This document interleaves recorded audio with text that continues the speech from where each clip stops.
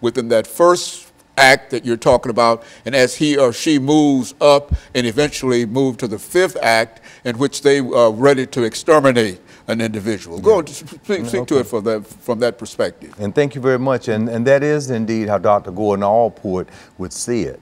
That first person that might have this feeling or dislike toward another group but wouldn't act on it could be potentially a part of going into membership or just going to a group, and when things are being said they might listen to it and agree with it and vote for it, but a subgroup of that group might move on to the next level and then the next level to the next level of physical attack where they might make a decision to go out and do it. Now this is where the prescription for racism of those earlier attacks, the listening audience need to understand.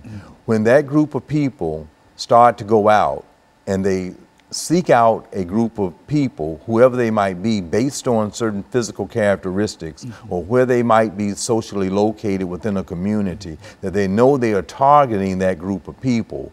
Or if in a hiring process, they are not allowing a group of people based on the ethnic group that they have checked that they are, or gender that they are, then that's when the racism or the sexism enters into the discussion about the whole prescription of racism within the society in which we live in. Now, when we look in our larger problems of reoccurring patterns of, say, police officers that are disproportionately killing African-American males, I want us to keep in mind this act on prejudice, because I think if we interviewed, say, any of the officers in the rank and file line, all of them would say, well, no, we would not go out and act toward any other citizen in any different way than we would another person.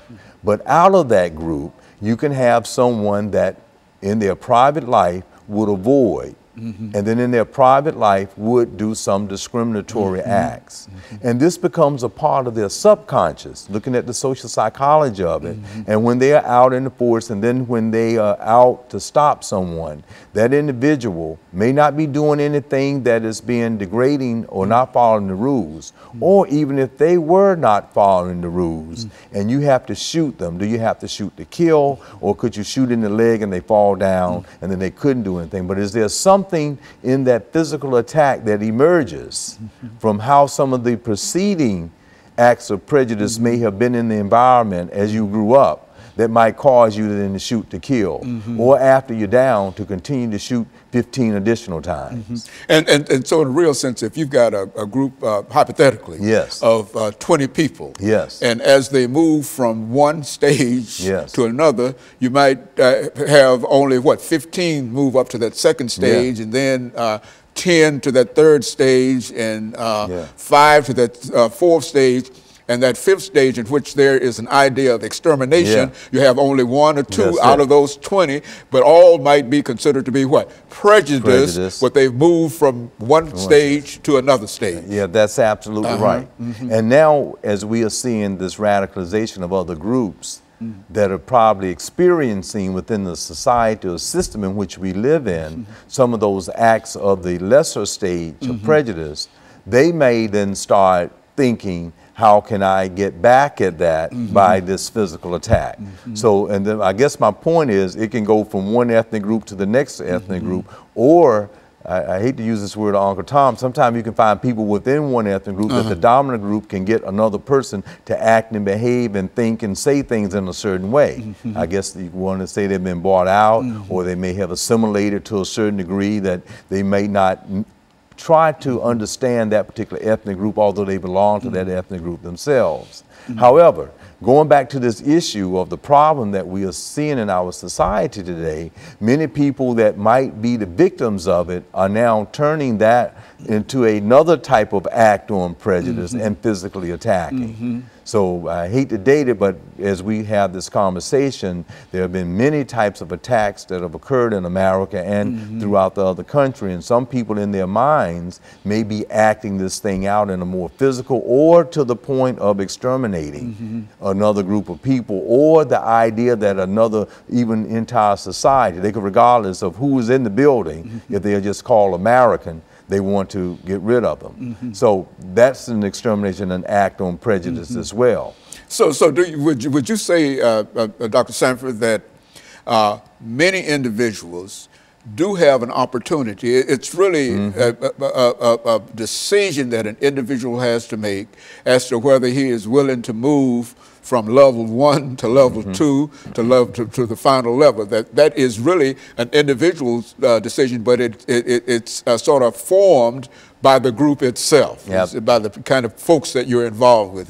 Would that be a correct assessment of that? That is very, very correct. And one of the things, since we are in higher education, is to try to have diversity in education, so that group that's, because of legal segregation hundreds of years ago, things are still pretty much that way today, or people might still be separated and might have those attitudes, that through a system of education, that they will change their attitudes and values in a different way. And we have indeed seen that. We've seen that with the millennials, and how our Supreme Court now allows this discrimination that was going toward gay brothers, lesbians, sisters of being married. Now they changed that law because there was a change in people's attitudes that were born in the 80s and the 90s. And so the same thing with the civil rights movement, when there was an act of prejudice, of discrimination, as well as physical attack, was a social movement that went on and on, laws were changed. And now supposedly there are improvements to the point that we have a first African-American president, two-term president.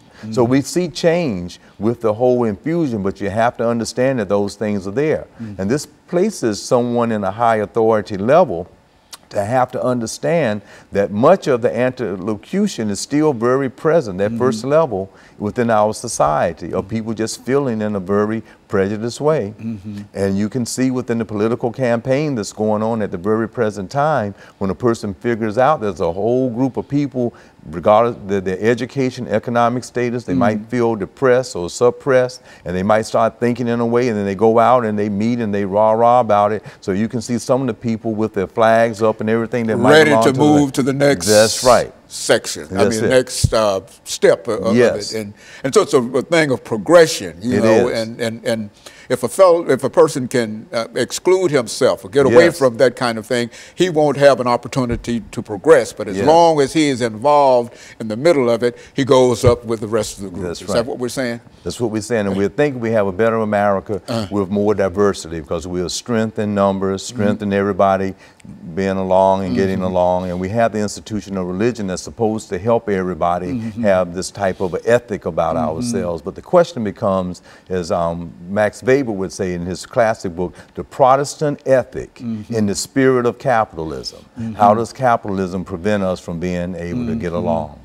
And so in a real sense, diversity is the most important element in terms of bringing people together, and more diversified a group is, then the less likely they are to be able to move from, they might move from level 1 to level 2, but if there's quite a bit of diversity, they're not going to go up to level 5. That's right. And intellectual diversity. You can live in another area, but intellectually you have to understand about the culture of other people, and then that would let you have a different level of respect, that you would not move into wanting to be discriminatory because intellectual. That's why we want in schools to have a diversified curriculum from kindergarten all the way through the 12th grade and through undergrad. So if you lived in an isolated area, you still have some intellectual awareness about diversity. And Dr. Sanford, we're getting ready to end this show for today, but let me thank you for bringing that excellent information, because I think that it sort of demonstrates some of the things that we see. The more people become involved with discrimination, the more they are likely to not have any problems with discrimination. But if they become involved with diversity, they're going to become more diversified.